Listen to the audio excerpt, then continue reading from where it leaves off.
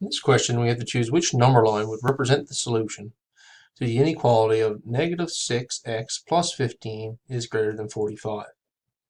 So to do that, let's begin by going ahead and solving this inequality. So I've got negative 6x plus 15 is greater than 45. So the first thing I'm going to do here is try to isolate the x term. And to do that, I'm going to subtract 15 from both sides, as that would be the inverse operation of addition. Doing that, obtain an answer of negative 6x is greater than 30. The next thing I'm going to do here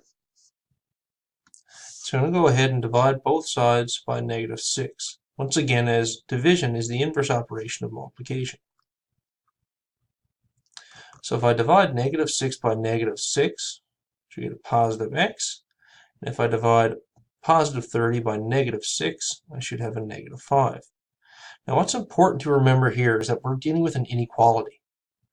Now the importance of this is that if we divide an inequality by a negative value, what's going to happen is that it's going to reverse the sign of the inequality. So whereas before we had negative 6x greater than 30, now we've got a positive x less than negative 5.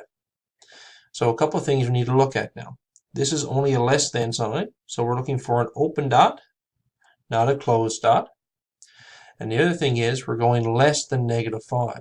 So that means we're looking at values to the left of negative 5.